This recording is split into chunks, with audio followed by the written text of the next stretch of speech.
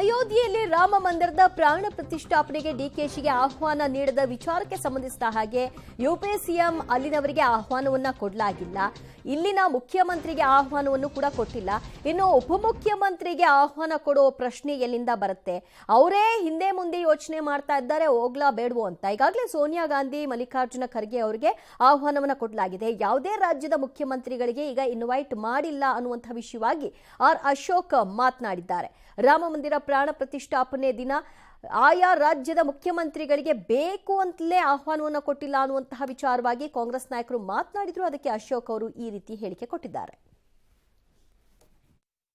ಹೇಳಿದರೆ ನಾನು ರಾಮ ಭಕ್ತ, ನಾನು ಹಿಂದೂ, ಆದರೆ ಪ್ರಾಣ ಪ್ರತಿಷ್ಠೆಗೆ ಆಹ್ವಾನ ಕೊಡಲಿಲ್ಲ.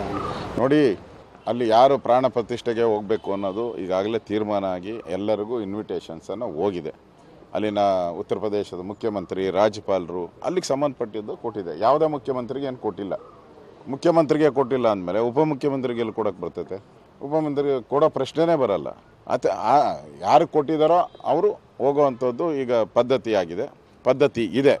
ಅದನ್ನು ರಾಮ ಸೇವಾ ಸಮಿತಿ ಏನಿದೆ ಅಲ್ಲಿ ಸ್ಥಾಪನೆ ಅದು ಅವ್ರು ತೀರ್ಮಾನ ಮಾಡ್ತಾರೆ ಯಾರಿಗೂ ಹೋಗ್ಬೇಕು ಅಂತ. ಈಗ ಭಾಳಷ್ಟು ಜನ ಕರೆದಿದ್ದಾರಲ್ಲ, ಕಾಂಗ್ರೆಸ್ ಅವ್ರನ್ನೂ ಕರೆದಿದ್ದಾರೆ, ಸೋನಿಯಾ ಗಾಂಧಿ ಅವ್ರನ್ನ ಕರೆದಿದ್ದಾರೆ, ಖರ್ಗೆ ಅವ್ರನ್ನ ಕರೆದಿದ್ದಾರೆ. ಅವ್ರು ಹೋಗೋಕ್ಕಿನ್ನ ಮೀನಾವೇಶ ಎಣಿಸ್ತಾವ್ರಲ್ಲ. ಫಸ್ಟ್ ಅವ್ರ ಮೀನಾವೇಶ ಏನಾಗ್ತೈತೋ ನೋಡೋಣ, ಆಮೇಲೆ ಡಿ ಕೆ ಶಿವಕುಮಾರ್ ಅರ್ಜಿಗೆ ಹಾಕ್ಕೊಳ್ಳಿ.